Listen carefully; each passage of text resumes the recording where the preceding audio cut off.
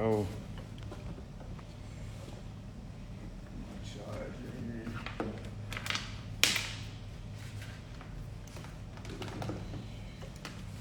Yo, what's going on? I come in, let me know y'all can hear me, and let me know, tell me something you're grateful for. Let me make sure my phone about to die. Hold up. What's poppin', man? I'm telling you, I want to be here today, man. It's going to be a good show. I got my dog,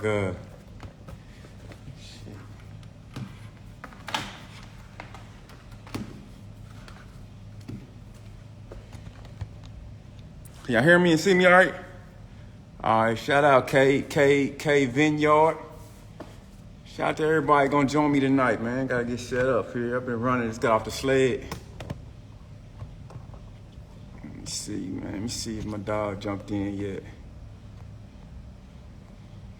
What y'all grateful for, man? Tell me something y'all grateful for. Boy, y'all in for a treat tonight, boy. I'm telling you. Y'all in for a treat. We got, if y'all heard of Myron, shout out my dude Mike, man. Mike Matthews, man. We go back 9 years old. You still ain't never beat me in one-on-one, though. What kind of man ain't never beat a boy in one-on-one in 40-something years? Julian, what you grateful for, man? I'm asking the questions tonight, man. I'm asking the questions tonight. My dude Myron jumped on. Let's go. It's about to get, I'm telling you. Anybody heard of, if you heard of Myron Golden before, put a 1 in the chat. Let's see my dad. Let's go.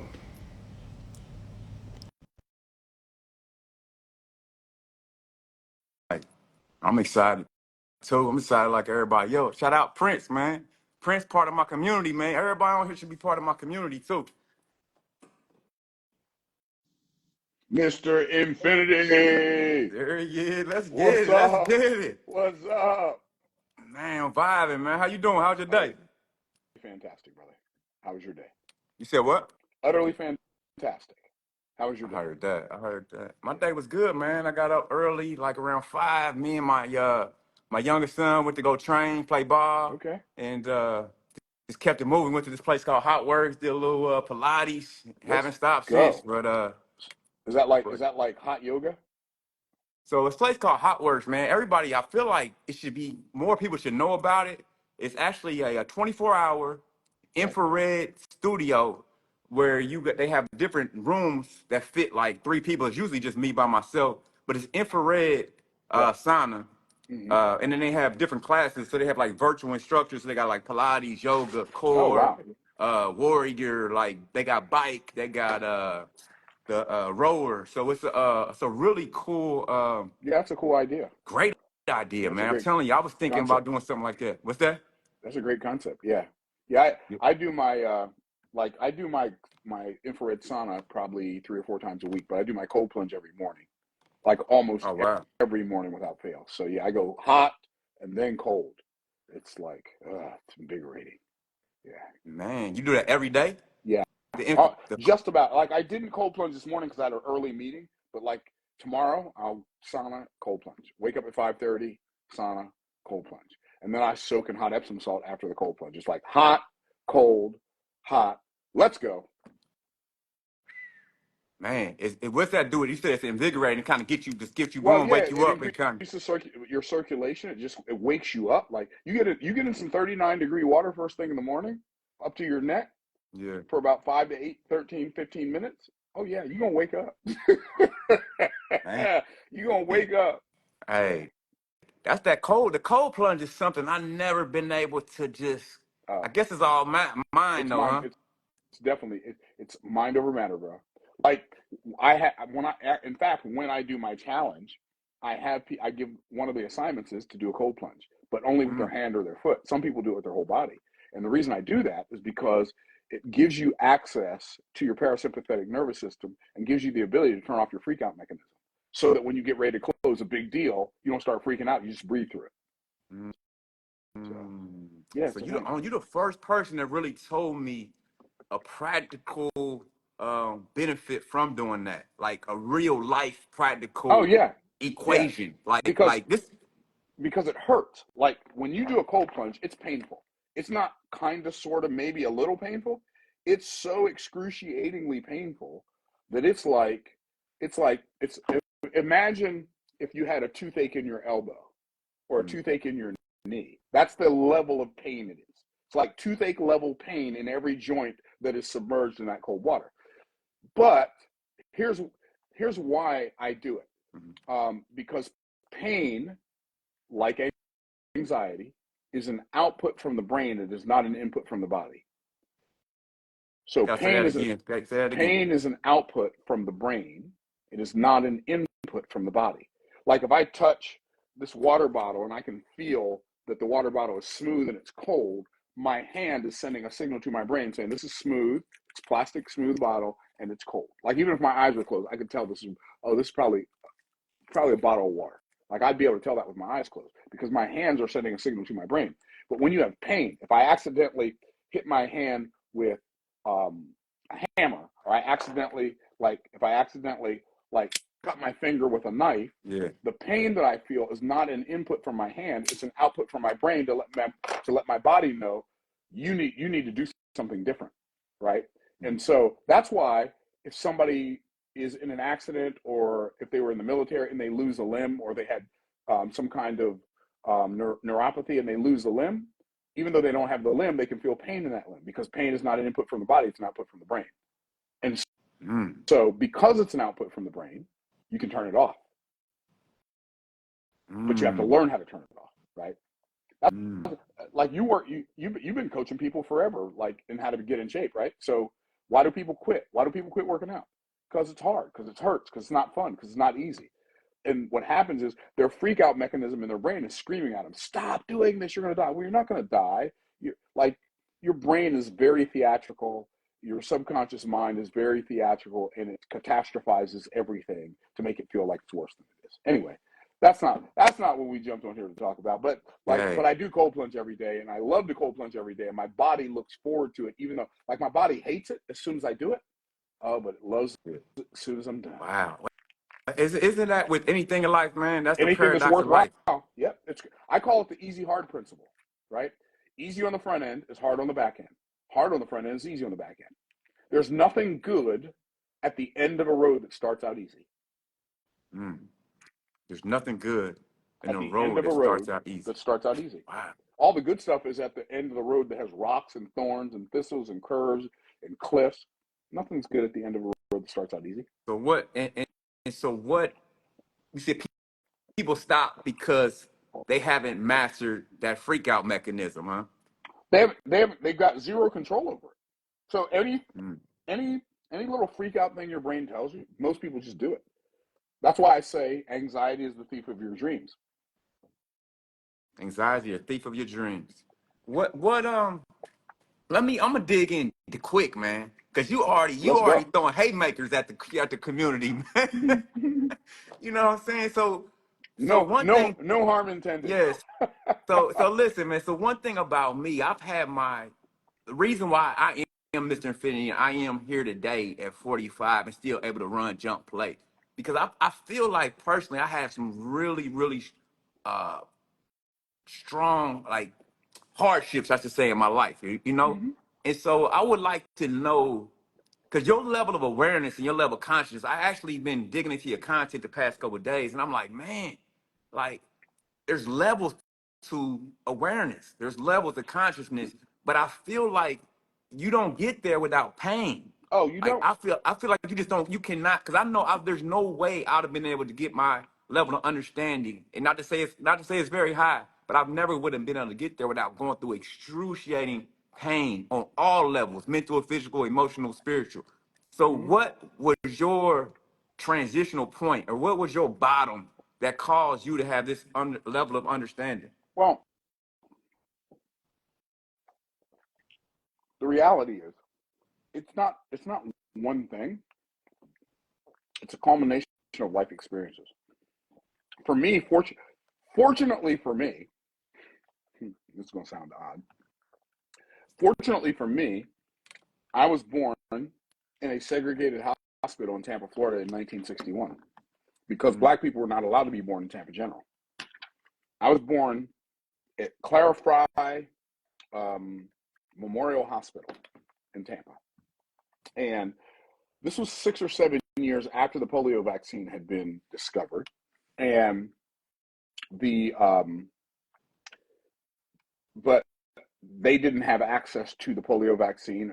In fact, my mom and dad had 2 little boys, and one of them got sick. I was the one that got sick. They didn't know what was wrong with me. And my left leg started just shriveling up, and I had a fever for, I don't know how long, but for a very long time.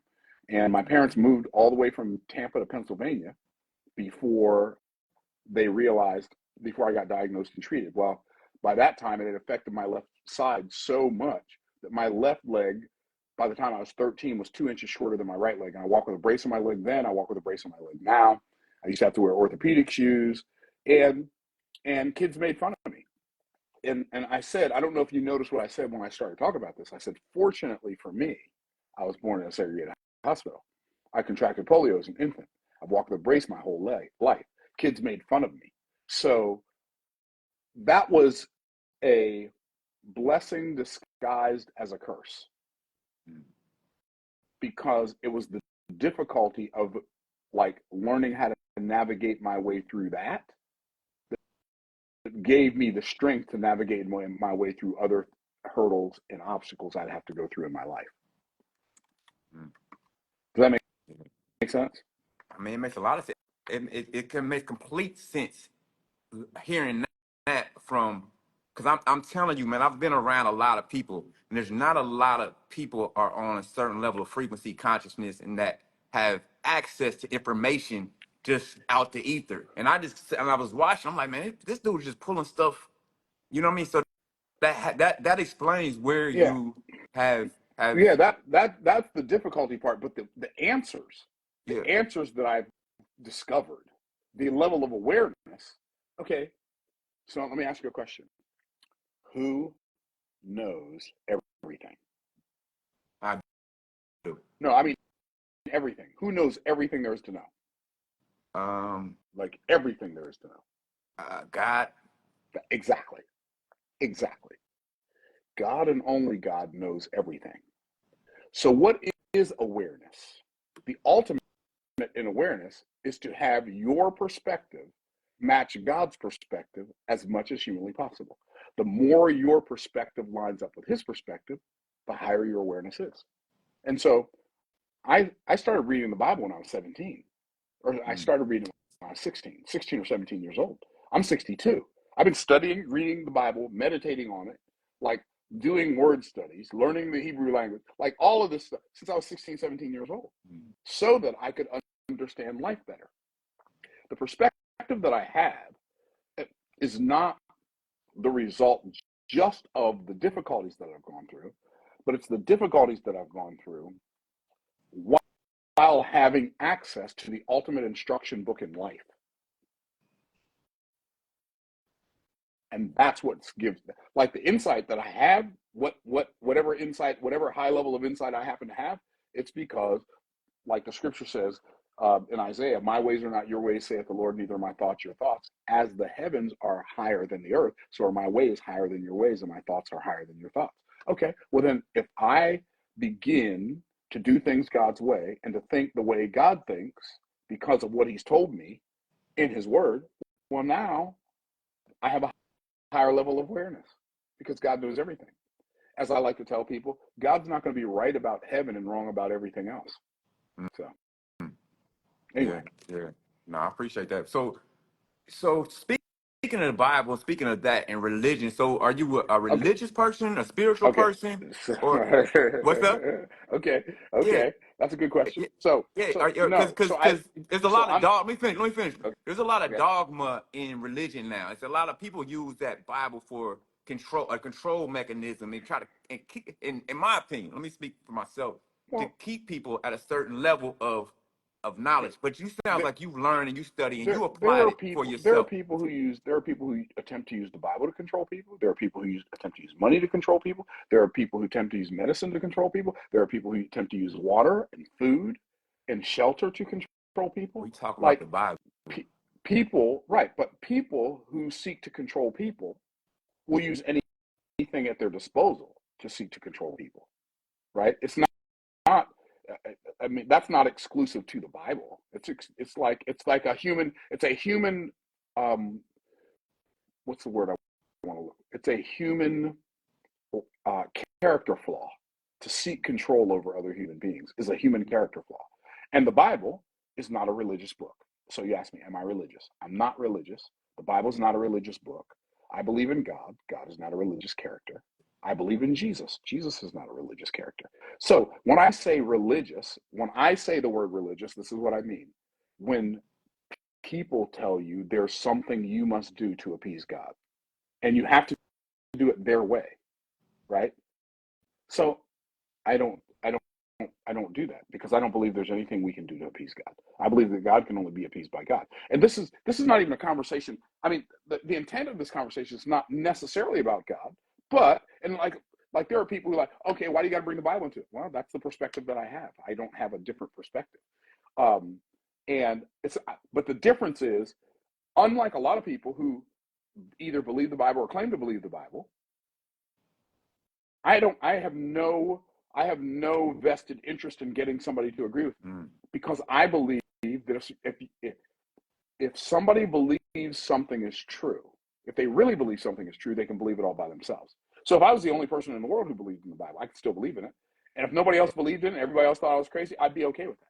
So people who don't believe the Bible, I've got no judgment for them. I've got no angst toward them. I have no anything, but it's the perspective that I have, which has caused me and which has contributed to and caused me to win in life at a very high level. And I'm not just talking about money, though I'm not excluding money either.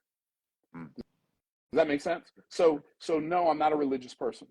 But I don't believe God is religious, and I don't believe the Bible is religious, and I don't believe Jesus is religious, because to me, Satan started the first religion in the book of Genesis chapter 3. It talks about where Satan created hedonism or humanism. Man gets to become God. And that's what all religions are, a derivative of that. Some human being or group of human beings get together and decide what all the other human beings should do. But see, I don't participate in that. And I know some people say, well, man wrote the Bible. I'm going to let you believe that. It's worked I believe that God wrote the Bible. Okay. And I get it that everybody's not going to believe that, but I'm okay with you not believing that. And I don't mean you, Derek, but I mean you, anybody listening. It doesn't, I am not attempting in any way, shape, or form to persuade somebody that what I believe is truth. Believe it or don't believe it. I'm just living my life based on the things that have worked well for me, and nothing I've done in my life has worked better for me than the Bible. Nothing. Let me ask you this, from your perspective and from Myron Golden's take on the lens of life. Can somebody get this perspective where you at, or achieve your level of consciousness, your level of awareness, your level of outward success without the Bible? Well, you asked a couple of different questions. So which one do you want me to answer? I mean, I'll say it clear. Can someone get Myron Golden's level of awareness without the Bible? No. Okay. Because that's what my level of awareness is based on. The actions that I've taken based on principles that I found in the Bible. Now, can somebody go make a lot of money? Sure. Can somebody have some level of human happiness without the Bible? Sure. Can they have the perspective that I have and the level of awareness that I have about how life works? Not even remotely possible. Yeah. And so how, and are you don't mind talking about this, do you? I know we gonna get to your to business stuff. That I'll talk about whatever you want to talk about. Okay. This is your Because share. some people, these topics are taboo for some people, and some people get uncomfortable. So I just want to make sure. Yeah, I get that some people get uncomfortable. Like I'm not uncomfortable talking about anything. So I've discovered that people who are offended when they hear an opposing concept, they're offended because they already know that their own perspective is fragile. Say that again. People who are offended when they hear an opposing concept. Like, if somebody came and said, hey, Myron, well, I just don't believe in God. I believe that God is a myth. Okay, Like, do you, boo? I don't like. I'm not going to get offended by that. That doesn't shake my faith or shatter my. Oh my goodness, they don't believe God is real. Like, do whatever works for you. Yeah. I mean, you believe that. I would say this to that person: believe that as long as you can. Yeah. This is what I usually say when people like I'd be like, how's that working for you? That's Yeah, my go-to. How's that yeah. working for you? Well, If it's and for some people, it may be working okay for the time being. yeah, yeah. Let me know how it's working for you when you're watching a loved one die, especially if it's one of your children. Mm. Even if you don't believe in God, you watch your child die, you will wish you had. That's real. And that's not coming from somebody who doesn't know what he's talking about, because I was in the hospital room when my oldest son died. Oh. And it was painful on a level that cannot be expressed with words. And I know that if I did not have my faith in the Word of God and the fact that my son had trusted Christ for his eternal life, I would have probably gone insane. Mm. So, but somebody said, I can't believe it. Well, I don't believe in God. Good. Do you? Like, let that last for you as long as you possibly can. Do you? Yeah. How old was your son? 20. Wow. Yeah. Yeah, I'm sorry to hear that, man. Thank you.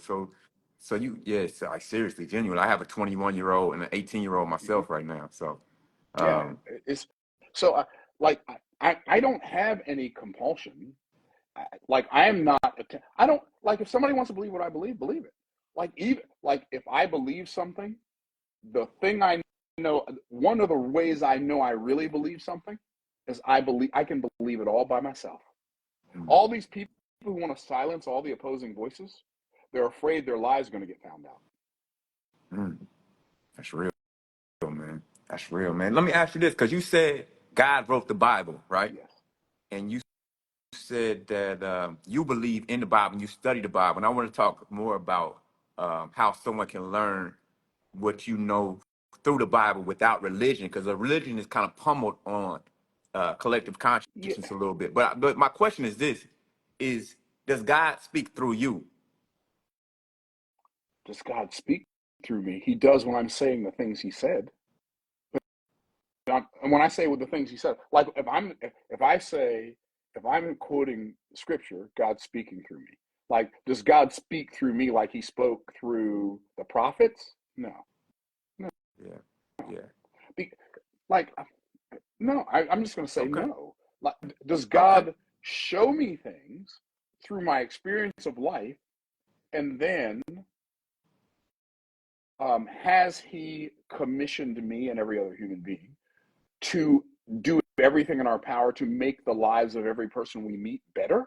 Yes. So, does God work through me? Here's my answer to that. I sure hope so. I hope that I am a yielded enough vessel that God can work through Okay. me. So he works through you. Yes. Because he works through me when my agenda becomes his agenda, just like my perspective becomes his perspective. What's his agenda? His agenda for my life is for me to please him and serve people. So it doesn't matter if it's in my relationship with my wife. My job is to please God and serve my wife as the best possible husband I can be. If it's my children, it's my job for me to please God and serve my children as the best father I can be. If it's my neighbor, it's to please God and serve my neighbors as the best neighbor I can be. If it's as an entrepreneur, it's to please God and serve my clients as the best entrepreneur that I can be. Like, everything, like and the fulfillment and the significance of the nature of life is found in pleasing God and serving people. You will not Mm. find lasting joy anywhere else. At least I've not found it anywhere else. You said pleasing God and serving Yes. people. Yeah, I love it, man. I love it. So I did want to ask you the question: where because you said you had your hardships and you studied the Bible and you learned this without religion. So how were you able to decipher and understand and comprehend? Was there a mentor growing up? Did your Sure. father in your life? Sure. How Well, did you no, get this I level? mean, I went to churches and I learned Bible stuff. I learned some Bible stuff that was accurate from churches, and I learned some Bible stuff that was not accurate. But because I learned stuff that was not accurate and I studied it for myself, I was able to find out what was not accurate. So like I use study tools, and I'm surrounded by books. So for instance, like I've got 4.5 bookshelves over there, shelves of books of study material just for studying the Bible. And when I say studying the Bible, people say, well, what do you mean study the Bible? Well, the Bible is written in multiple languages over a period of over 400 years by 40 different authors, right? Human authors that the Bible says that God moved them. And so I believe that. Now, some people say, but is it possible that you're wrong? Well, the best answer that I can give to that is I discovered a long time ago that when I disagree with anybody about anything, that I am right 100% of the time. Now, here's what I mean when I say I'm right. Here's what I'm right about. I am right about the fact that there's a 50% chance they could be right and a 50% chance I could be right. Mm. But when I believe, even though I believe there's a 50% chance that I could be wrong, that I could be wrong, I believe 100% in the 50% chance that I'm right. You follow me? Yeah. So you sticking with your guns. Oh, I'm not confused. I've lived it and experienced it for too long for anybody to be able to talk me out of it. Yeah. I've experienced the benefits of it. And it's like if somebody just wants to make money, they don't have to believe what I believe. Any more than somebody has to believe what I believe to walk outside and have the sunshine on their shoulder. Because principles don't care who you are. Principles are God's automation, right? So principles don't care who you are. All principles always work the same for everybody. So either you will work with the principles and the principles will work for you, or you'll work against the principles and the principles will work against you. So it's really interesting how, okay, so here's maybe one of my biggest takeaways from the Bible is one of my biggest takeaways from the Bible in the last 40 something years is you can't do God's part, and God won't do your part. So break it down. What is God's part? That's the question, right? Yeah. What is God's part? Well, God's going to do the things that only God can do. And he's going to let you do the rest. So what are some of the things that only God can do? Well, this is why religion doesn't work, because all religions, and it doesn't matter, you can start naming them, you can start writing them down on a list, they're all the same thing, just a different flavor. And they're all saying you have to do this, and this, and this to please God, or to appease God. Not to please God, but to appease God. Otherwise, God's going to judge you if you don't do this, and this. The Bible does not teach that. Here's what the Bible teaches. There's nothing you can do to appease God. There's nothing I can do to appease God, because because our sin nature means we're already corrupted. So only God can appease God, and he's already done that, because what he did was God, this is what the scripture teaches in the New Testament, it teaches in the Old Testament too, that God became flesh in the form of Christ. He dwelt among us, and he died on the cross for our sins. And the only thing we can do for God to be appeased is to stop trying to appease him and trust that Christ has done it. Trust that Christ has already appeased God. And so all I have to do is receive it. There's not some thing that I have to do. I have to trust that it's already been done. And so I started this. You asked me the question. I told you a story about my son. And it's easy for people to believe in God until they're standing by the deathbed of a loved one, especially if it's a child, one of their children. And I can remember like it was yesterday. It was April 18th. It was Today's April 18th. Wow, Yeah. that just hit Wow. me. Sheesh. It was April 18th, 2007. It was 14 years ago today. Me, my wife, my other son, and my daughter were in the hospital room. And I have never, and we're watching, there's nothing we can do. And when I was there in that hospital room and I watched my son's life leave his body, the thing that I was most overwhelmed with was how much God loves me. And I know you're probably thinking, well, how can you possibly say that? That doesn't even make any sense. Well, here's how I can say it. Because I loved my son so much that if I could have, there's nothing I would not have done to keep that from happening then. I would have done anything and everything in my power. I would have given every resource I have and every breath in my body for this not to be happening now.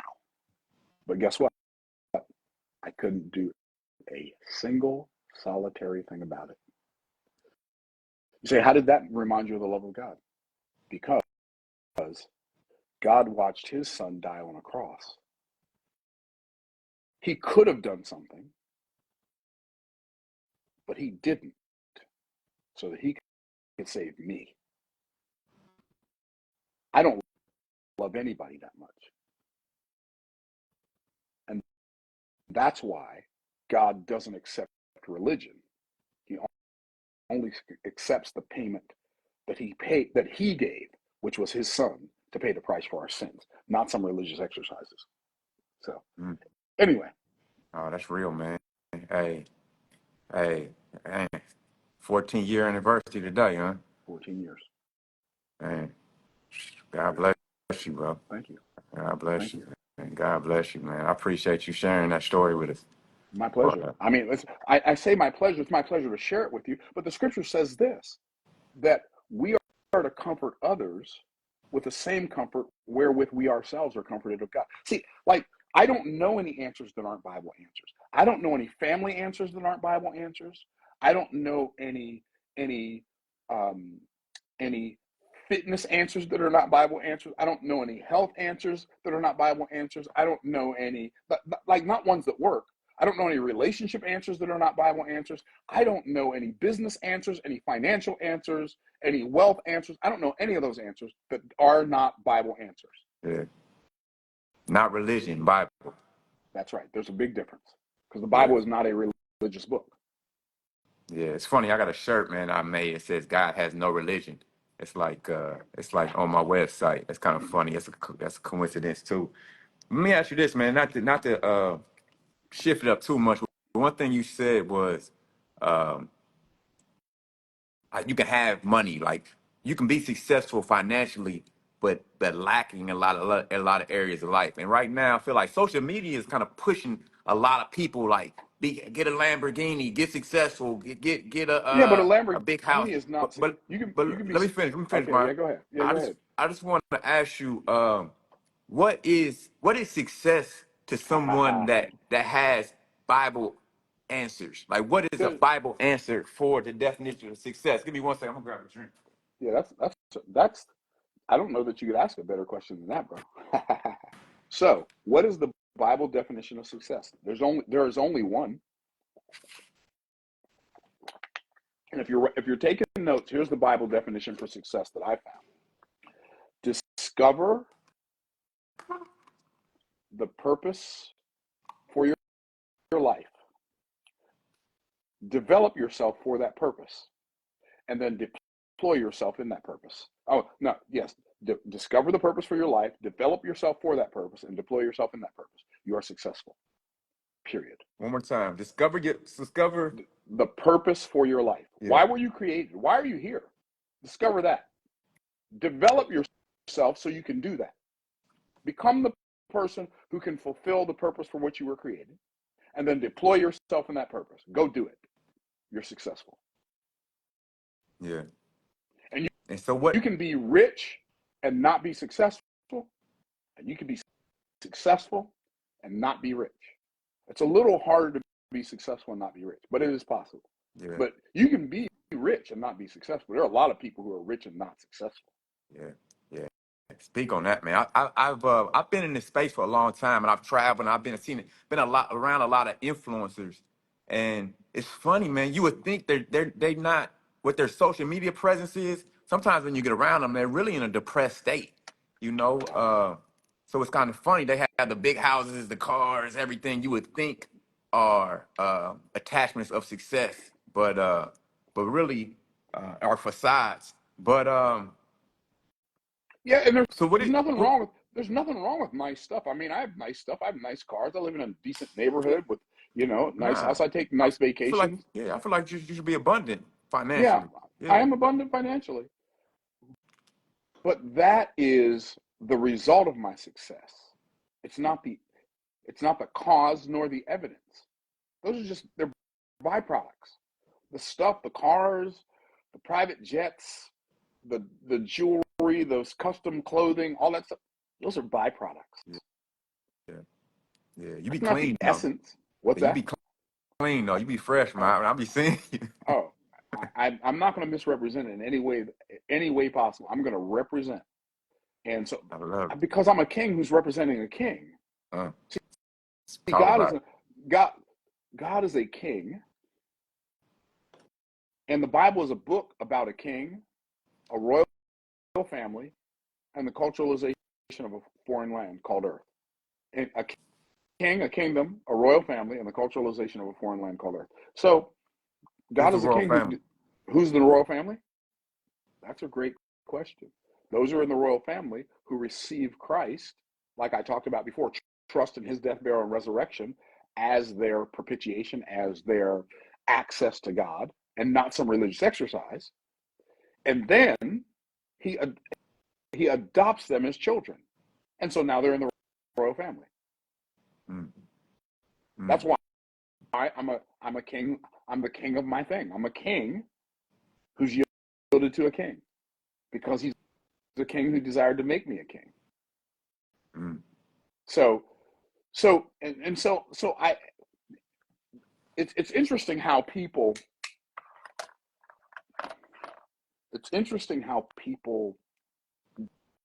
desire the stuff, the accoutrements, the gravy, the icing of success. But icing without cake is kind of yucky, right? Mm. Gravy, nobody says, just give me a plate of gravy. No, they usually put the gravy on some mashed potatoes, right? Yeah. So it's like the gravy it's a bonus. It's not the meal. And I think people think, and I get why people think this. Like people think, man, if I could just have this car, if I could just have this house, if I could just have bank accounts full of money and pockets full of money, then I'd be happy. Well, the reality is, if you can't be happy without the money and the cars and the houses, you ain't gonna be happy with it. Yeah, that's fine. Because yeah, it ain't like it's not going to fill the void. It may make you look like the void has been filled Mm. to people who are fooled by how things look, but it ain't gonna fill the void. So, Yeah. Yeah. In the Bible, man, because I've read a lot of books, right? And me listening to too. you makes me seem like I need to read the Bible more. But a lot of what I read now, this new age stuff talks about the ego, the subconscious mind, energy, frequency, vibration, like a lot of esoteric things that I don't believe are in the Bible, or maybe if they are, do they talk about like hermetic principles, like all is mind, everything in the universe is mental, law of vibration, law of So, correspondence, so as above, so below? Are these things in the Bible, or do you read those the the esoteric truth principles as well? the truth that is contained in those principles are in the Bible, but Okay. those principles are not all the truth. But the okay, so if you understand the nature, if you understand the nature of a lie, in order for a lie to be effective, it has to have some truth in it. A lie that is apparently a lie is a waste of time and a waste of breath. The thing that makes a, quote, good lie a good lie, and I don't mean good as in morally good, I mean good as in deceitfully good, is the fact that it has some truth tied in it. And while people are swallowing the truth, they don't realize that the truth in that lie is contaminated with a lie. So like a lot of the esoteric stuff is a bunch of hocus pocus and wishful thinking, but a lot of it has at its foundation biblical truth. But see, here's what I like. What I do, you might want to do it, maybe not. I'm not sure, but this is what I do. If I read something or hear somebody say something, and it sounds like it could be true, I go back and I compare it to what the Bible says about that same thing. So you talk about vibration. Does the Bible talk about vibration? Well, of course it does, but it doesn't use the term vibration. You know what it uses? You know what term it uses? What's that? Word. In the beginning was the Word, and the Word was God, and the Word was with God, and the same was in the beginning with God, and all things were made by Him. Him who? Him, the Word. And the same was in the beginning with God. All things were made by Him. Him who? The Word. And without Him was not anything made that was made. Well, words are made of vibrations. The reason we can speak words is because our vocal cords vibrate. The reason we can hear words is because the bones in our ears vibrate to match the vibration of sounds. All sounds are vibration. All energy, light is a wave. I was just so weird. Who was I talking to? Oh, I was talking to my videographer yesterday. And I told him, I said, look, here's the deal. There are no straight lines in nature. There is no such thing in nature. Like man makes straight lines. But there are no straight lines in nature. He's like, really? Yeah, no straight lines in nature. Why? Because everything is a wave. So vibration, like what people attempt to do is they attempt to use God's principles and get rid of the God who created the principles. And so they come up with all this esoteric stuff to attempt to explain away the thing that created them. Good luck with that. Are you saying so? I'm gonna I don't go mean through the. you. No, I'm just saying I in like general. this. I People. like this because you probably maybe the first time I had a conversation with somebody that can really truly talk about the Bible without a religious dogmatic standpoint. And so I've read the Kabbalah, Well, and I've read the Bible. dogmatic about what? It's So about the they're beliefs, like they're stuck on their religious belief systems. okay. Yeah. Like I believe, like for instance, I believe that the truth is truth and a lie is a lie. I'm very dogmatic about that in the fact that I believe it. I'm not going to falter. I'm not going to waver from that. But at the same time, I'm okay if you don't believe it. Yeah, what I'm saying is, you first person that is okay with me not being okay with that. Like, you know what I mean? A lot of times people try Right? to push back and want Yeah. that back and forth. And the Because thing about me, the thing about Derek, Mr. Infinity's okay not believing what you believe. Like, yeah, I yeah, don't. You know yeah. what I'm saying? So this is a I good do. conversation So because if I don't believe it, I'm not gonna believe it. Like, right, you and know I'm what I not mean? going to pretend to believe it to make you happy. Like There you me go. either. And so Me either. me and you on the same But page. Like, here's what's really fascinating about that, um, Derek. The reason I don't need somebody to believe that is because that's what the Bible tells me to do. Like the reason I learned not to need people to believe with me from the Bible. yeah, Right? yeah. Here's one of the verses that in Scripture, even when it talks about teaching people the Bible, it says, "One soweth, another watereth, but God gives the increase." What does that mean? It's my job to sow a seed. It's my job to tell somebody a story, to tell somebody a message, to share a biblical principle. It's not my job to make them believe it. Like, that's not my job. My job is just to sow the seed. My job is to maybe water a seed that somebody else has sown. But it's not my job to make somebody believe it. Because I can't anyway. So why would I waste effort and energy and time attempting to do something I can't do that at the end of the day is only going to frustrate me and irritate you? It doesn't make it, like it's an exercise in futility, and it's extremely nonsensical. Yeah, that's real, man. I was gonna run through the seven hermetic principle and see what your thoughts were, but let me ask you this, man. I'm not even gonna do that. Where?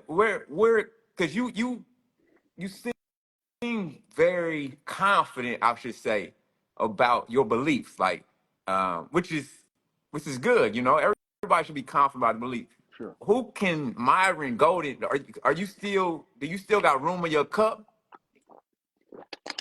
Bro, if I showed you my office, like if I showed you my desk right now, I've got probably 26 different books on my desk. I've got hundreds of books on my bookshelf. But I'm saying, do you still got room in your cup for anything not in the Bible? Like, everything is Bible. Okay, but if everything that is real is in the Bible, that's like, do I have room in my cup for it? Sure.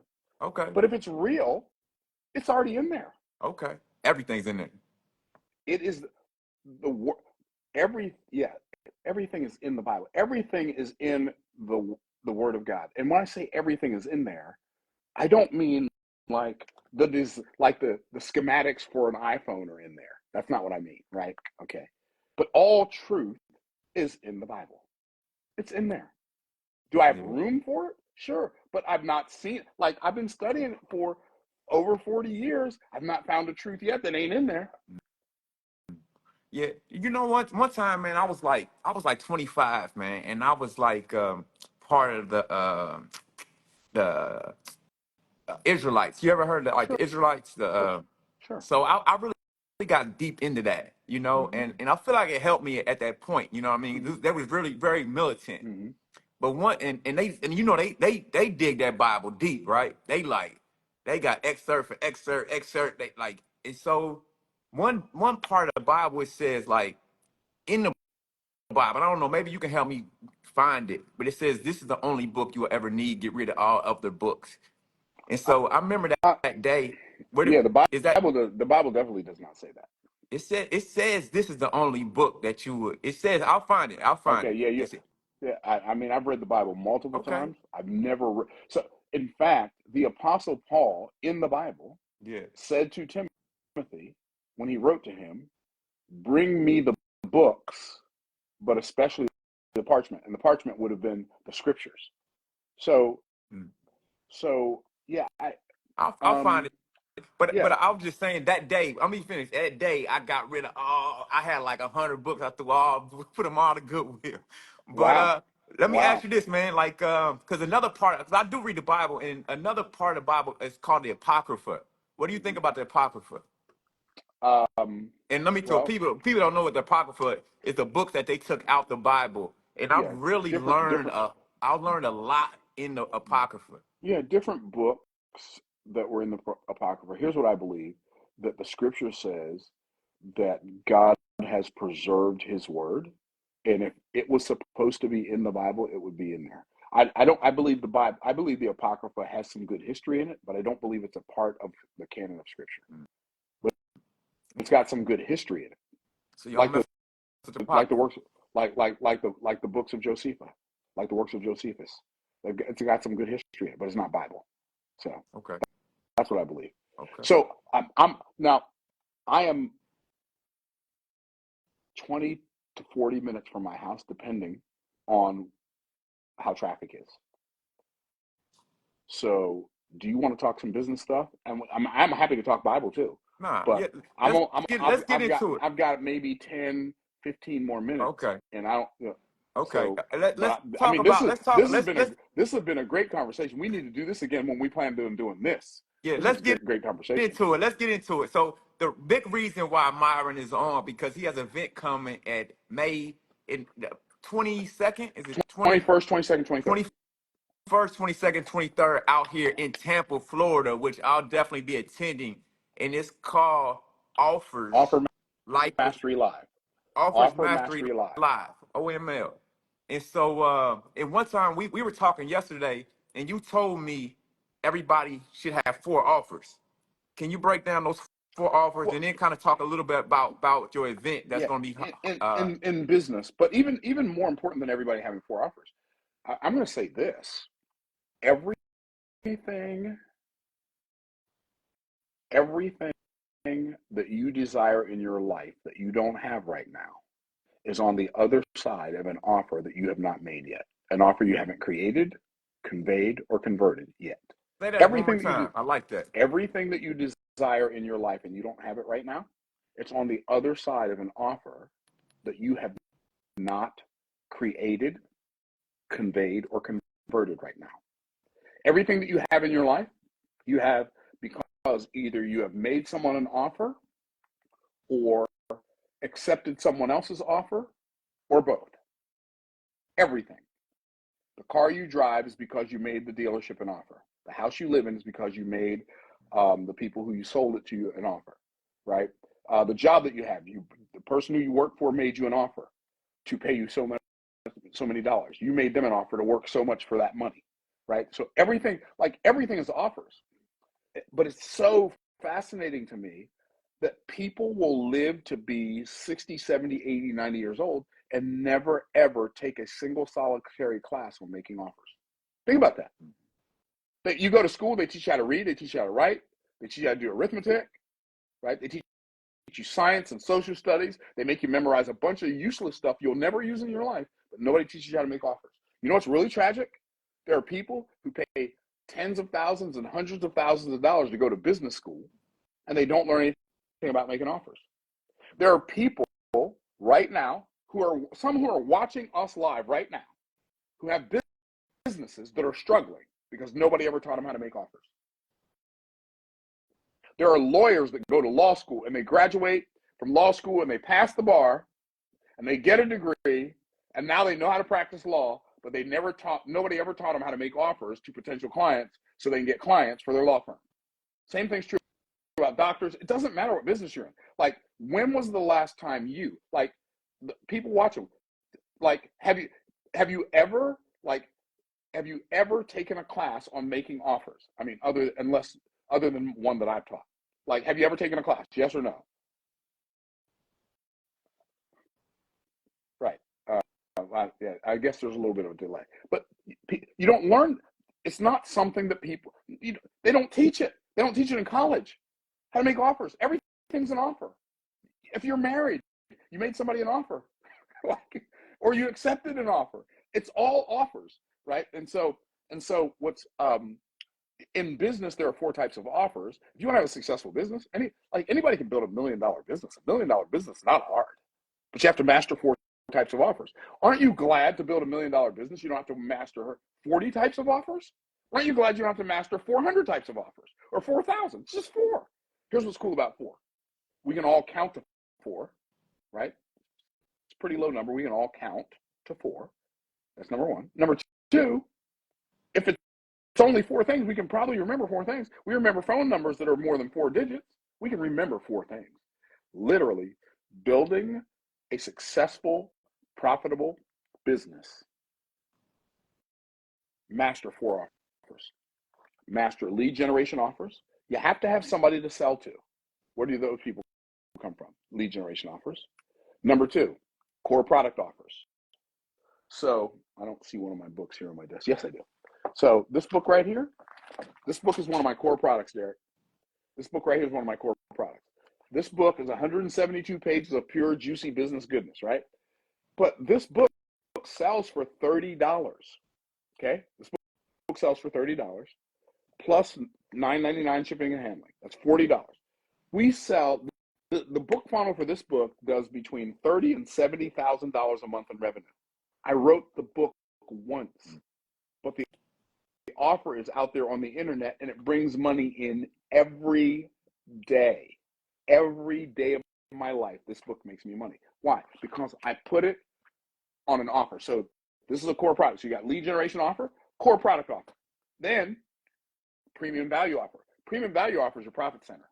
That's your offer that's 5,000, 10,000, 50,000. Like I've got some premium value offers that are 27,000, 25,000, 55,000, 350,000, $1 million offer. Like those are my premium value offers. Like in our premium value coaching program, we only allow 5 people at a time. Right now, we have 3 people in our $1 million coaching program. Well, think about this. If 3 people bought $1 million coaching program from me in a year, I literally brought in $1 million in revenue in my business with only 3 clients. We have 10 people in our $350,000 coaching program. That's another $3.5 million. That's $6.5 million right there from 13 clients. Premium value offers are the profit center. Does that make sense? Mm-hmm. So like literally half of our business revenue last year came from 13 clients. Wow.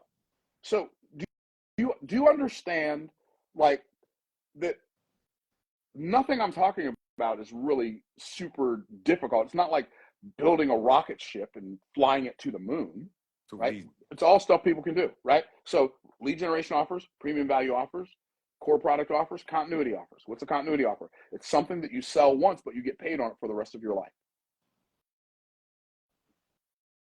And so like we have continuity offers in our business. Our business brings in about, I'm going to, on average, about $35,000 to $40,000 a week in continuity. Okay. Like you have those 4 things together, it's virtually impossible for you not to make money. But the fact is, nobody ever taught you that they even exist, and nobody taught you how to make them. I put together a 3-day event.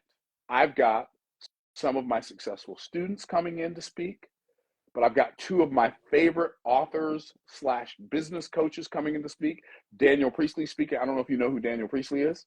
Daniel Priestley wrote Oversubscribed and Key Person of Influence. 2 of the most phenomenal business books I've ever read. And then Dr. Benjamin Hardy, he wrote 10X is Easier Than 2X. He also wrote Personality Isn't Permanent, The Gap in the Game, Who Not How. He wrote a lot of great books, Slipstream, but 10X is easier than 2X. Like, and what's cool is he's not using that to motivate people. He's not saying 10X is easier than 2X as a motivational statement, but he's showing it to people from a scientific perspective why 10X is actually easier than 2X. Wow. So those are some of the people that are speaking. And I'll be speaking myself. I'll be speaking about 6.5 hours, breaking down principles on how, like, offers, like, you want to change your neighborhood? Learn how to master offers. You want to change the car you drive? Offers. You want to start flying private instead of flying on commercial airline cattle cars in the sky? Oh, offers. Everything that you desire and don't have right now, it's on the other side of an offer you've not yet created, not yet conveyed, and not yet converted. And that's what this 3-day live event is about. Learning to offer, like, get on the road to offer mastery. Is the event available? Somebody said online. No, it's not. But we have people who will be coming from the UK to the event.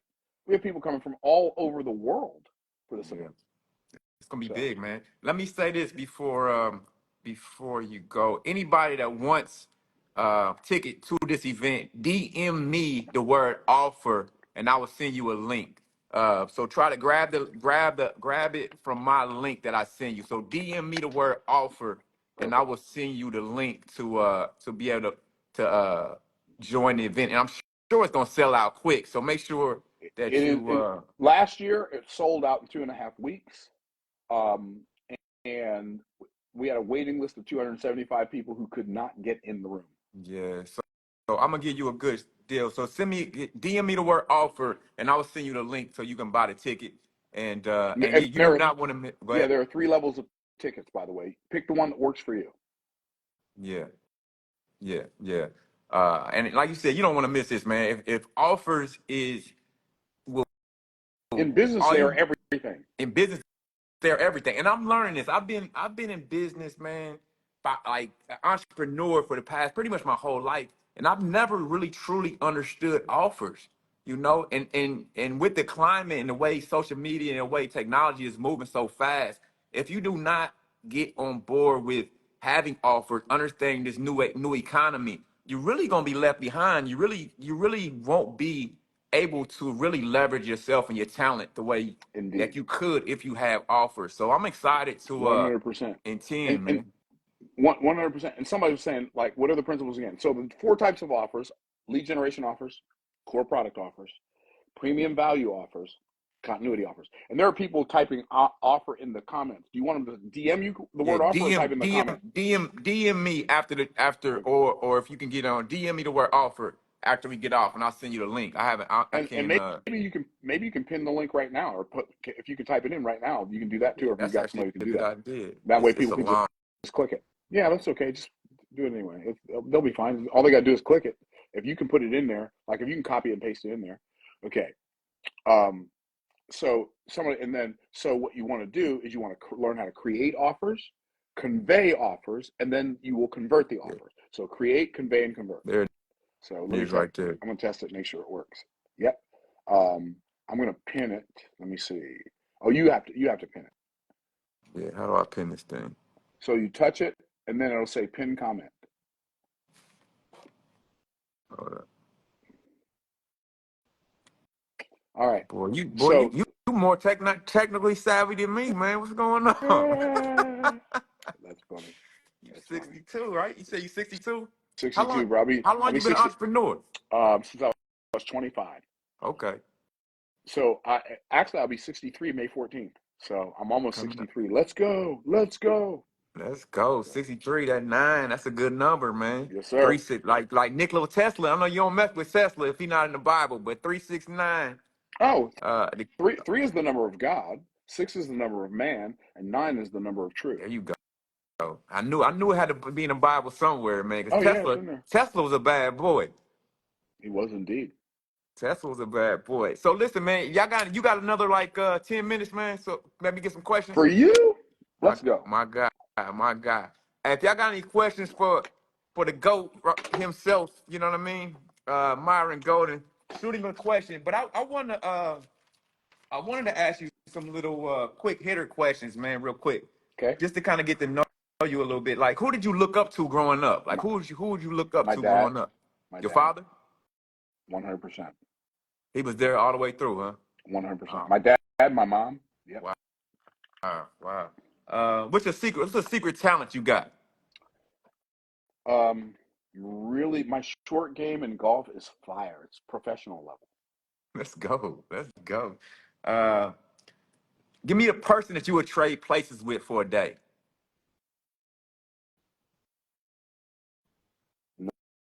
Nobody. No. No. I'm having too much fun doing this thing over here. I heard that. Weirdest job you ever had? Weirdest job I ever had? Weirdest job I ever had. It only lasted for a day, um, but it was pulling sorghum on a sorghum farm in Lowell, Indiana in July. It was hotter than you can imagine. I felt like I was in a furnace. I prayed all day, dear God, if you let me live through this, I promise you I will not tempt you by coming back here tomorrow. I heard that. Somebody said, "What's the best way to generate online leads?" Or when would you be in Indiana? You can take any of these questions that you want, man. Oh, do you have a few tips for creating your core offer? Like I can tell you the best way to create any kind of offer. Um, so what you do is you find a large pool of people, like really. I'm going to back up so you can see, like a really big pool of people, right? Um, like a large pool of people who have a really big problem Mm. and deep enough pockets to pay to solve it. And then you do this thing that almost nobody does. You obsess over solving their problem more than they do. That's strong. You obsess over solving their problem more than they do. And then once you solve it, you let the world know, I've solved this problem. People will beat your door down and throw money at you. Mm. So that's how I create offers. I find, like, so many people say, I've always wanted to write this book. I've never written a book that I always wanted to write. I only wrote books that the marketplace wanted to buy. Mm. I'm not going to write a book that I want to write. I'm only going to write a book that people are willing to pay to read. I thought you said you got to discover your life person, man. Live through the Your purpose. purpose, right? But what is your purpose? Please God and serve people. So I'm serving people when I solve their problem. I'm not serving people when I'm seeking to use them to solve mine. Mm. Yeah, got to be a balance in there somewhere. That is the balance. The balance is when you serve people by solving their problems, they're going to pay you. And then you can pay to have people serve you. Yeah, but what the original you said develop the person. Yourself, I said, discover the purpose for your life. Develop yourself for that purpose and then deploy yourself in that purpose. That is the that is But if that that is what I'm saying, if that's that's the your law of purpose, that's your success. passion too, though, right? Or not? Well, that's part. Passion is part of purpose. It's not the whole picture, but it's part of it. So you're going to find your purpose at the intersection between your passion, the thing you love to do, and your proficiency, the thing you're good at. And right there at that intersection of passion and proficiency, that's where you're going to find your purpose. Your purpose is always going to be something you're good at that you enjoy doing. Like I enjoy teaching. I enjoy learning. Who knew? My purpose is to be a teacher. It just makes sense. Yeah. Right? So that's how I'm successful when I'm living in my purpose. Right? I've discovered the purpose for my life. I've developed myself for that purpose. I've deployed myself in that purpose. Now I'm successful. But when I'm seeking first the kingdom of God, which is to yield my life to God as the sovereign king of my life, to rule over my assignment as the sovereign king of my assignment, and to use my assignment to serve people, it's virtually impossible for me not to get rich. Like if I solve a big problem for a whole bunch of people, wealth is hard to avoid. Facts. Yeah. Right? Yeah. Yeah. So, You got to turn down money. yeah. Yeah, it comes at you so fast, you wonder why you ever thought it was hard making it. Yeah. Yeah. It's beliefs, man. Yeah, Programming. that's a Programs. whole conversation right there. That's a Yeah. whole conversation. Yeah. What's the I one? love to get that. We gonna have to get back on. Biggest risk you ever took, Myron. The biggest risk I've ever taken. Define risk. Like, are you talking about physical risk? Are you talking about financial risk? Are you talking about like Just what? what comes to mind? What comes to mind when you had to put yourself out there a little bit. Um, the biggest risk I don't know if it's the biggest risk I ever took, but it was pretty big. Okay, it was around an event. So this is the biggest risk I ever took. This was February of 1997. Um, I was broke. I was in a multi-level marketing company. I lived in Harrisburg, Pennsylvania. The company was having a conference in Fort Lauderdale, Florida. I didn't have enough money for a ticket. I didn't have enough money for a plane fare. I didn't have enough money for a hotel.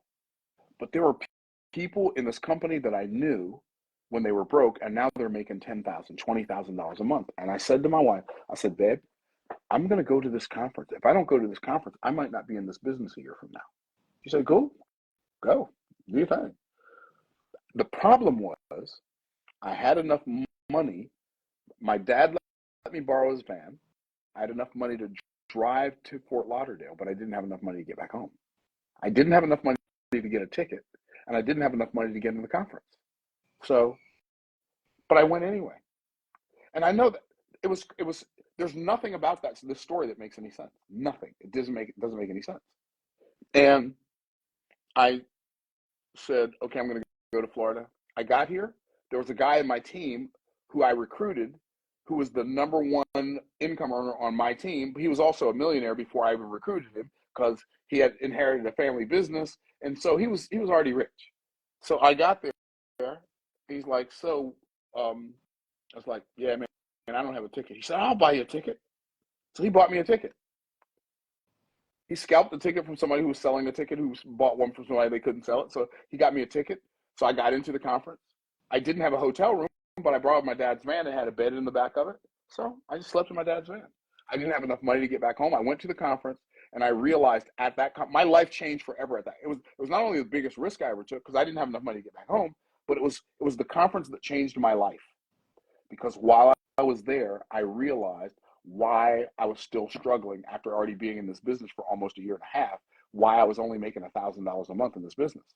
And it was because I was attempting to make it easy for all the people on my team, and I was not holding them accountable. And I was making, like you just bring the people to me and I'll recruit them for you. Like I missed the point. But while I was there, I thought, wait a minute, all these people that I'm driving 4 hours to do an opportunity meeting for, and they're not even showing up. Like, I've got a better reason not to be here than them, but none of them are here. So on my way back home, I called them. I'll tell you, I got back home in a minute. On my way back home, I called them. I said, we're having a meeting next week, Tuesday night. If you don't come to that meeting, do not call me for a three-way call. Do not ask me to help you do a meeting for you. Don't ask me to come do a meeting for you. If you're not at this meeting, when I come to West Virginia next week, lose my phone number. Right? And so I did that. And so anyway, so how did I get back home? Well, I'm in Florida. I had a friend who I went to college with who pastored a church in Lehigh Acres, Florida, which is on the other side of the state. Well, another friend of mine knew I was in Florida and knew I didn't have enough money to get back home. So he calls this guy and says, hey, you want to have Myron come preach at your church? So he had me come speak at his church on Sunday morning. The guy took up a love offering for me. And then he liked the way I preached so much, he called one of his friends who had a service that night and said, hey, I just had this guy preach for me this morning. You should have him preach tonight. That guy took up a love offering for me, and I got enough money to get back to Pennsylvania. Oh, that's a powerful story, man. So, it's a lot of truth in that story, man. It's a lot of. Oh, yeah, bro. Like, there were so many transformational things that happened to me. And here's what I discovered then that I've activated since then. When I make up my mind to do something, circumstances align themselves in my favor. When I say I can't, my mind stops looking for the answer. But when I say, how can I? My mind will continue to search until it finds a way. So I just didn't give up. I did not take no for an answer. I did not allow myself a backdoor excuse for not doing the thing that made all the difference. And I became one of the top leaders in that company. I mean, I never made a fortune in it, but I made decent money in it. I became one of the corporate trainers for other people's teams. Like, I found my first real business success in that company. And it was all because I went to that event that I could not afford to go to. Wow, that's a powerful story, man. Like real deal. Yeah. A real deal. I want to go into that one another day. Yeah, what's the best compliment you ever got? What is the best compliment I've ever gotten?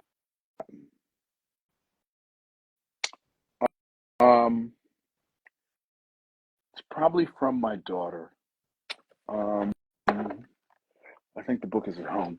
She gave me a gift.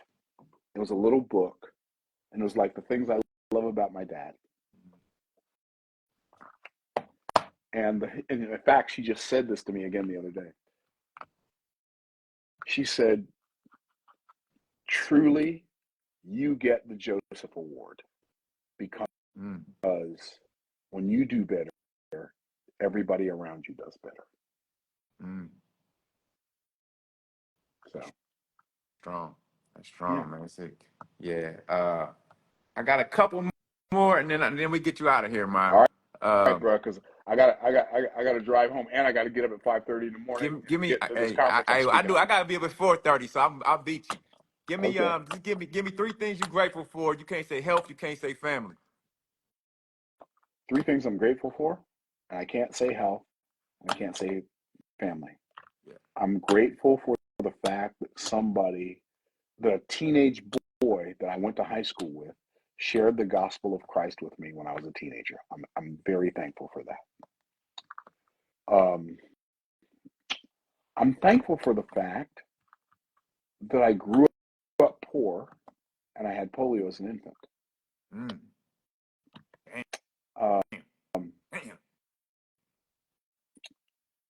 Hey, if that don't make everybody on here change their perspective, I don't know what will. But go ahead. And I'm thankful that I live in America where everything's not perfect, but everything's possible.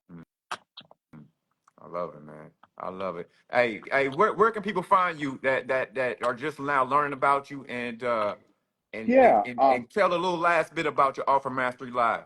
Go ahead. So on Instagram, I'm Myron Golden. On YouTube, I'm Myron Golden. Our YouTube channel is probably our biggest platform. We've got 620 something thousand or 630 something thousand. I don't even know how many it is now, subscribers on YouTube. And we post videos on YouTube every day, either longs or shorts. We do 3 long form videos a week, 4 short form videos a week on YouTube. But MyronGolden.com. Offer Mastery Live, it's going to be such a radically transformational event. It will be impossible for you to not leave differently than you arrived. It's transformational. It's not motivation. I mean, you may find some motivation, you may find some irritation, but the biggest thing you're going to find is transformation. You're going to be a different person. So, I love it, man. I appreciate the time tonight. I had a great conversation, man. I know it was a great conversation. we got deep on that Yeah. topic, early topic, but Yeah. yeah, man, everything is perfect, right? Everything is everything, and no coincidences. Exactly. But Exactly. but all right, Exactly. man. Y'all hit the link right here. I'm gonna stay on for a little bit and chop it up with the people. But All right, bro. Myron, I appreciate you, man. You get I'm some gonna head. rest. I'm gonna What's head to that? the house.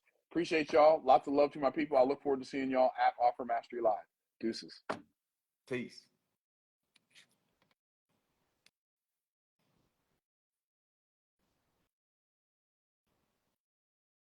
Yo,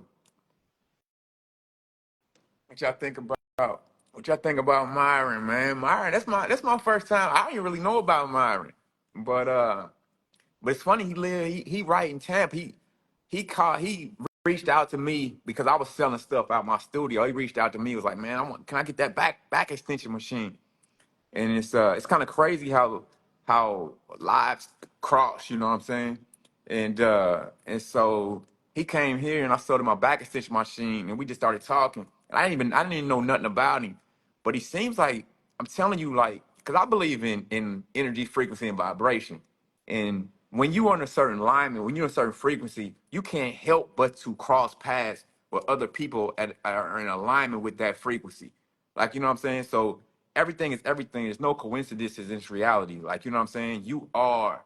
Everything is everything. Like, you know what I'm saying? Cause and effect. It's real. So I appreciate everybody jumping on and hanging out with us. Give me your biggest takeaway, man. What y'all learn from today? Yeah, KG. Ain't no coincidence. Me, you know each other, KG. It ain't no coincidence. Everybody that was listening to this today was listening to this today. Like, you know what I'm saying? Everybody, like, we all are one. It's only one of us here. It's only one consciousness. So it's like God don't make no mistakes, bro. Uh, but yeah, man. What's your biggest takeaway from Myron today? Yeah, hit that link too. Hit that link so you guys can join, so you guys can attend that event. I'll be there. It's a lot of other little influencers in this area that I'll be there too. So, but yeah, he's the guy saying he was a helo to pay off the mortgage. What's that? What's that mean? Dr. Les, yeah, collective consciousness, man. We are. You don't want to get plugged into the collective. You want to vibrate at your own specific frequency. Law of attraction brought me here. That's what I'm saying. What you mean, Gary? I mean, it's real. God is real. Myron is my guy. Offer master, yeah. I'm gonna start dropping some offers, man. Like I got so much to give, but I haven't never developed like real offers. So I'm excited to learn from Myron. Myron gonna be my mentor. I'm telling you. You know what I'm saying? I'm 46 and I still need mentors. Uh, but yeah, HELOC is a home equity line of credit. Okay, you learned that from him, Victoria? Anxiety. Okay, my dude, vision is wonderful. Anxiety is the thief of your dreams. Yeah. You know, we kind of started talking deep about the Bible, which I feel like you said, no coincidence. We probably needed it. Because everybody, I mean, I don't know. I don't want to get too deep. Yeah, man, 46. Yeah, we out here, man. That's why I'm Mr. Infinity. I'm still learning and growing. I got a long way to go. He explained the Bible in a way I've been trying to explain to people. Yeah, he broke it down. And you can tell one thing I like about Myron, one thing that I only I'm very introverted, but I like being around people that are authentic to who they are. Like you see how me and Myron were talking, but we weren't taking things personal. I wasn't trying to like convince him about what I believe. He wasn't trying to convince me about what he believed. He was just standing on his square and talking from his authentic self. You know what I mean? And I really can't be around people that can't that got that fake energy. Like, you know what I mean? Saying something they read or something they heard or fuck it. I mean, you know what I'm saying? But anyway, I mess with Myron. You could tell what I mean is you can tell he's real. Like, you know what I'm saying? You could tell he's doing the work, he's reading the books. You know what I mean? It was super sad to hear about his son though, wasn't it? That shit's like, bro, you just threw that at me like that? Uh yeah, I checked my DM. Nah, get deep, bro. No more shallow water. Speak the truth. Yeah, but sometimes like I don't, I'll be wanting to go deep, but I don't know, man. It's kind of vulnerable a little bit because people think they know you, and then I don't know. Uh, his son.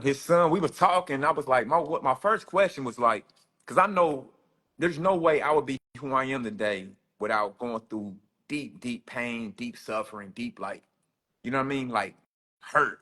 You know what I'm saying? And so I know in that's I feel like wisdom is crystallized pain. You know what I'm saying? I don't feel like you can really become wise until you go through pain. So my first question was like, bro, how did you get this level of awareness? And so he was like, yeah, man, I was raised with like polio.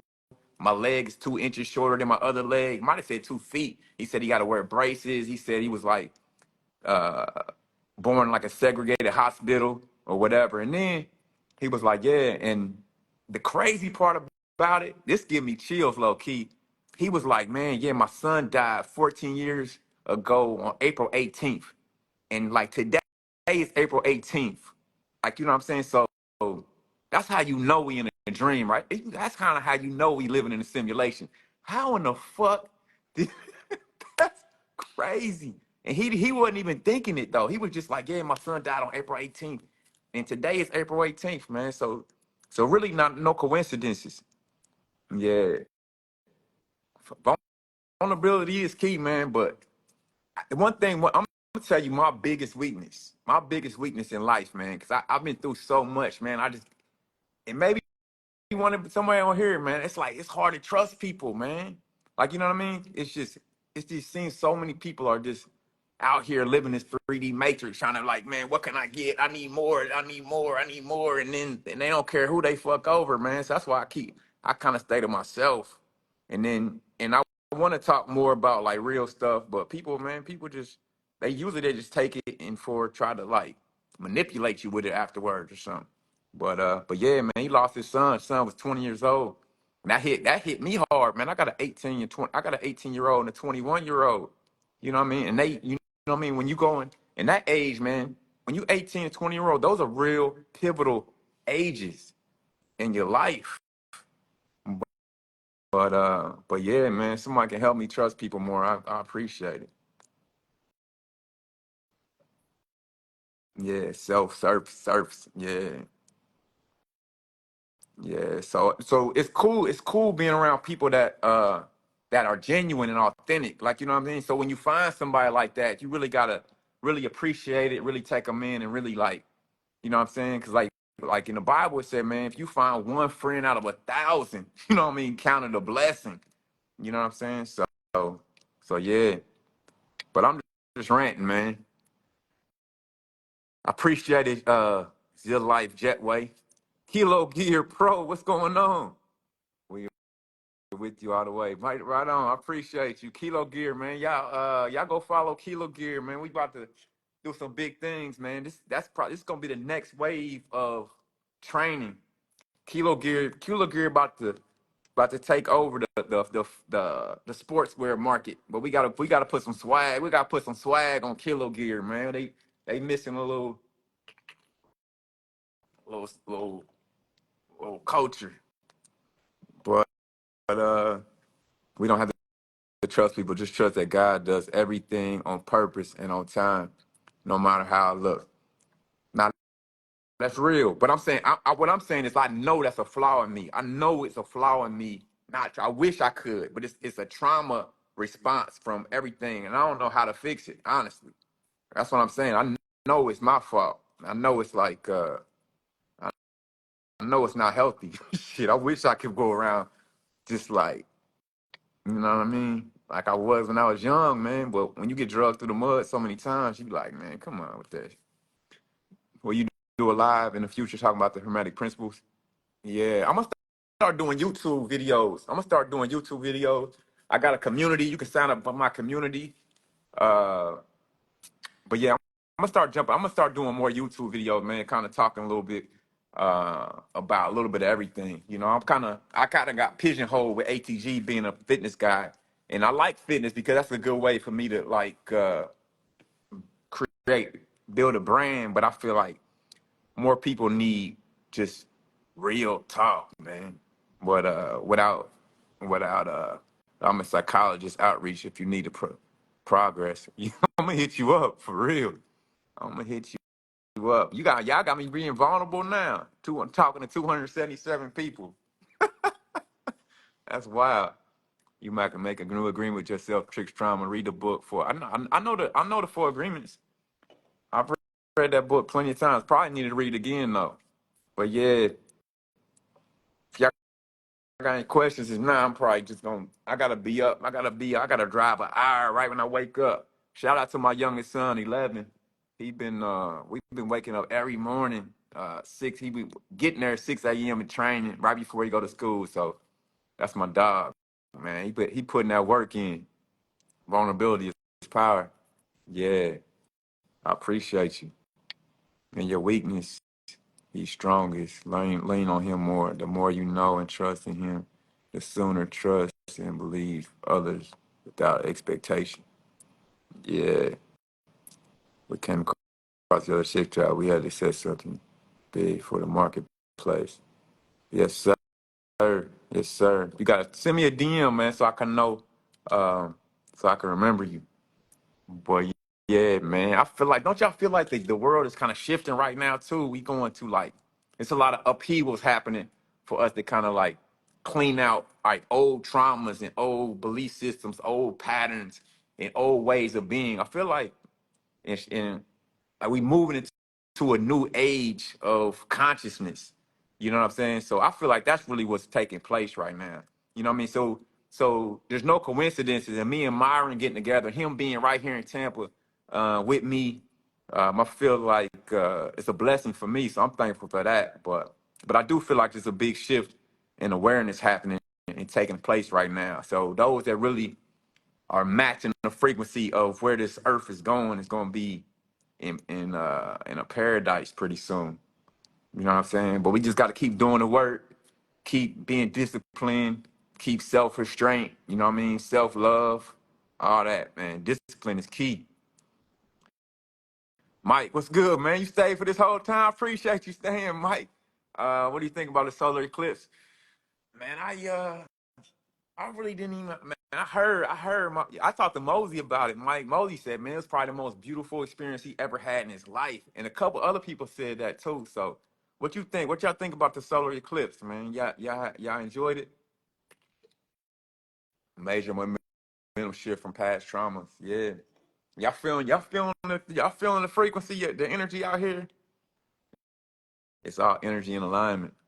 Yeah, man. It's real, man. It's real. Whatever's going on, it's real because I feel it. I'm pretty tapped in. I fast every day. I try to do my meditations and exercise, get sunlight. I feel like, man, we not physical beings, man. We spiritual beings having a physical experience. And so consciousness is what creates reality. And so as we are shifting and changing and migrating, our bodies are just have to feel that. Like, you know what I mean? this lower, this our 3D version of ourselves has to feel what's taking place in, I mean, in the unit, cosmos, in whatever one, God, whatever you guys words you want to use for it. But it's real, man. You know what I mean? I've seen a lot of people like mind go damn near crazy or get sick or be depressed or going through a lot just because they eating whatever. Right now, you can't just eat whatever you want. You can't just be doing whatever you want. You just can't be anywhere. You gotta really be conscious and be really conscious about everything right now. Now I'm gonna say this live for my members, man. I said that on my story. I know so many people gonna be asking me to say this live, but I don't know. I might leave it up. I'll leave this up for like 24 hours. But yeah, man, make sure y'all hit this link to go to Offer Mastery Live. Y'all know it's gonna be wild. 3 days of that. 3 days of that. I'm gonna ask to speak too. I'm gonna speak there too. I'm gonna get on stage, bro. I want to work on my orator skills. But got to feel everything. My office around mindset matters. Mindset mastery. Yeah, it's all is mind. Everything in the universe is mental. God loves you deeply. That's a great plan. It's all energy for real. But yeah, man. Tell me what y'all grateful for. You can't say health. You can't say family, and then I'm gonna get out of here, man. Give me a couple things. Yo, D, what's the longest you fasted with no food and water? With just like dry fast? Man, I was in Tulum, and I had like a supervised place, and so I did it like 48 hours, but it wasn't that bad because I was in Tulum. I was like right on the beach, and I was doing a lot of deep breathing, a lot of meditation, and around like a lot of like really good energy. But like in the city or like just working and waking up dealing with normies all day, man, I probably I can't. I don't know, but I did do 48 hours dry fast. What about you? What about you, Raekwon? But I feel like, man, this is another thing. This is a hot take. This is a hot take. You know what I mean? I know y'all gonna think I'm crazy, but we talking tonight. I really feel like where we going, we do not need as much food as we've been programmed to think we need. Like I'm telling you, man, I could go 2, 3, 4 days without really eating for real, and like not miss a beat. You know what I'm saying? And I still hoop, I still work out, I still like whatever. I'm like, man, food, man. We've been so heavily programmed to be third dimensional, and we fourth dimensional at the least. We've been so programmed that we think we are these ego characters, man. You know what I'm saying? It's crazy. But anyway, this type of stuff I don't like talking about on here because if you not if you not at a certain level of consciousness, man, you people think you crazy. You know what I'm saying? And so that's why I don't like talking like this shit. I haven't did a dry fast, but I did like 3 days with water. Lately I've been having no appetite. I'm telling you, if you don't have an appetite, do not eat. I'm telling you, just cleansing, man. I'm telling you, you will get stronger. You'll get more cut. You'll get more athletic. You'll start to download information. I'm telling you, man. Just get a white paper and blue pen. Go out there in that sunlight, man. Just allow you to get. You know what I mean? That shit like God to pass through you. You know what I'm saying? So, cause telling you, man, I done had some bright ideas fasting. That's where really all my epiphanies really come from. Uh, but yeah, man. Let me see. What y'all grateful for, man? What y'all grateful? You grateful? What you grateful? Grateful. Damn, Mike, that's real, man. I'm grateful for having narcolepsy. My dog Mike, man, he grew up, man. We was like best friends when we still best friends. He was like best friends when he was like 9 years old. And he used to always, I don't give a fuck what we was doing, he would always fall asleep, man. We used to be like, man, what are you doing, man? We be up playing Nintendo. Next thing you know, man, Mike would be having the controller just knocked out. And so we never knew what it was. He would just always be asleep. But I guess he found out later in life, man, he had narcolepsy. But you my dog though, Mike, man. That's one thing. Like you like, you know what I'm saying? Like one of the rare people that I could truly call a friend. Like, you know what I'm saying? Like you ain't never really had no, what can I get out of there energy? Like, you know what I'm saying?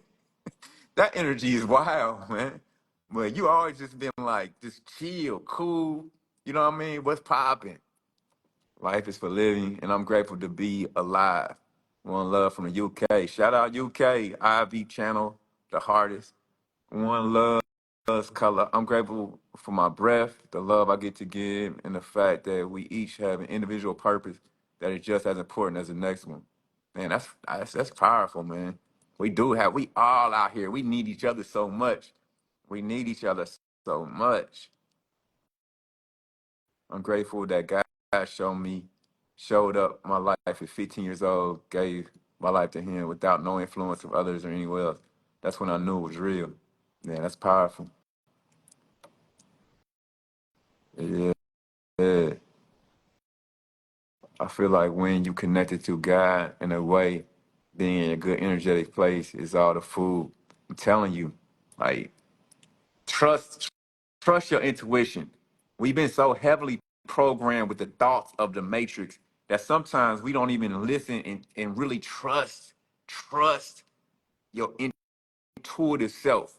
We've been so heavily programmed with the thoughts of the matrix, we kind of don't even trust our intuition, man. If your body is telling you that you don't need that much, man, do not feed it just because you've been programmed to think you do. You know what I'm saying? And I'm not saying for everybody. You definitely got to be at a certain level of frequency, a certain level of consciousness.